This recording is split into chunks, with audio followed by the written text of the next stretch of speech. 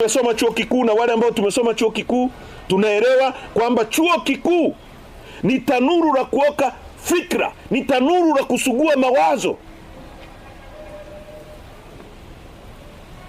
Chuo kikuu sio sehemu ya kujaza watu hofu. Hata zama za chama kimoja, zama za Mwalimu Nyerere, ambapo kwenye maandiko yote ilikuwa ni zidumu fikra za Mwalimu Nyerere, zidumu fikra za mwenyekiti wa CCM. Lakini chuo kikuu walikuwa napinga sera mbalimbali za Mwalimu. Na kule chuoni Mwalimu alikuwa anaenda kusikiliza.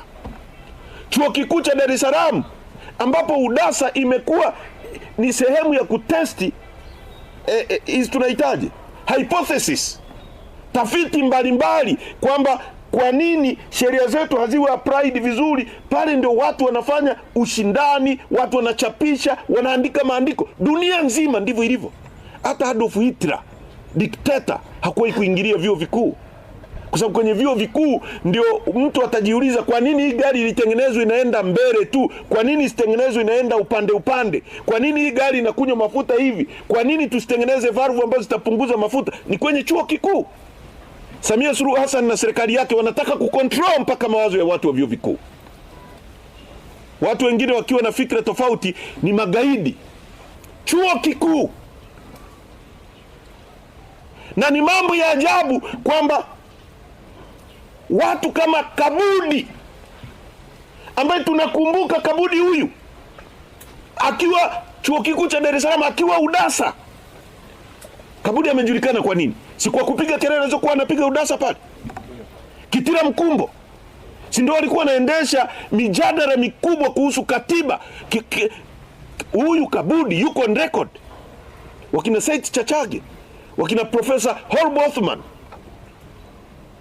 Leo mwalimu wa chuo kikuu anapokamatwa kwa freedom ya thinking. Na ninashangaa mpaka sasa wanafunzi wanaingia darasani, walimu wanaendelea kufundisha, mwenzao amekamatwa. Unajiuliza ni nchi gani hii? Hao ni wahadhiri kweli? Na wanafikiri hili linamhusu Mwalimu Kaijage, mhadhiri Kaijage wa UDOM. Nataka niwakumbushe walimu wote wa vyuo vikuu na wanafunzi. Wakati wa Adolf Hitler, kasomeni Bati Nemora, aliyekuwa askofu na mchungaji kwenye serikali ile. Anasema Adolf Hitler alipoanza kuua wafanyabiashara na kushughulikia wafanyabiashara, alisema mimi sio mfanyabiashara, mimi ni mchungaji, hayanihusu. Baadaye akaanza kushughulikia trade unionist, watu wa vyama vya wafanyakazi. Akasema I'm not a trade unionist, hayanihusu. Akaanza kushughulikia Jewish, ambao aliua zaidi ya Wajewish wa Israeli zaidi ya milioni 6. Akasema mimi sio Muisraeli, hayanihusu. Akashughulika na walimu, akasema mimi sio mwalimu, hayanihusu. Baadaye akaja kushughulika na viongozi wa dini. Martin Nemora akasema nilipogeuka nyuma nikajikuta nimebaki mwenyewe. Kumbe ningetetea yule wa kwanza asingenifikia mimi.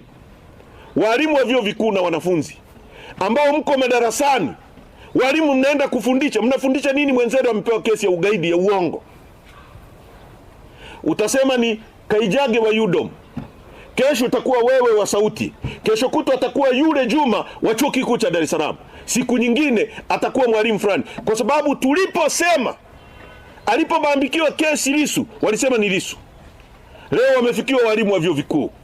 Kesho itakuwa waandishi wa habari. Kesho kutwa itakuwa wachezaji. Siku nyingine itakuwa wasanii. Hakuna mtu ambaye yuko salama. Lazima tupige kelele. Nimemsikia Bwana Nchimbi anazungumza. Na kwa kifupi alichosema Nchimbi ni kwamba wanaozuia katiba ni kikundi ambacho kiko chini ya Samia Suluhu Hassan. Ndicho alichosema Nchimbi. Kwa sababu Nchimbi atasema Samia anataka katiba, lakini wakati huo anatuambia tukomae tupate katiba. Sasa maana yake ni nini? Maana yake ni nini? Nyewe mnaelewaje? Kwamba kama Samia anataka katiba, Nchimbi anasema anataka katiba, sasa nini kinachoizuia mpaka tukomae?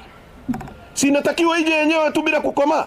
Sasa kama wanataka wote, na wao ndio wana mitutu ya bunduki, na wao ndio wanazuia, na wao ndio wana bunge fake lile, ndio wana control kila kitu, nani anayezuia sasa? Nchimbi ametumia lugha ya picha kutuambia nani anayezuia katiba. Amesema Nchimbi kwamba wanaharakati sio magaidi. Nani kwani aliyesema wanaharakati ni magaidi? Nani aliyesema hivyo? Si Samia ndio amesema wanaharakati ni magaidi? Sasa Nchimbi anapotuambia kwamba wanaharakati sio magaidi, rais anasema wanaharakati sio magaidi, hapo anatuambiaje? Kwamba tufuate kauli yake au ya yule aliyesema wanaharakati ni magaidi? Kwa Nchimbi anatuambia anayesema wanaharakati ni magaidi ni huyu, na ndio ukweli. Nchimbi anasema kuna watu wananufaika, kuna rais atanufaika na katiba mbovu hii. Kwani nani rais ambaye ananufaika na katiba hii? Nani anayenufaika nayo? Kwani hamuelewi alichosema Nchimbi? Anasema kuna watu wanabambikia watu kesi. Hapa tuna watu 51 nimewaambia, viongozi, akiwemo katibu wetu wa kanda Jackson Mnyawami. Kwa Nchimbi anatuambia anayeagiza, na ni ukweli tumeuona, kwa sababu Samia alizungumza siku ya sheria akasema kuna magaidi, baadaye watu wamekamatwa. Kwa hiyo anayeagiza kwa mujibu wa Nchimbi na kitu tunachoona na ambacho tunajua na ambacho tumesikia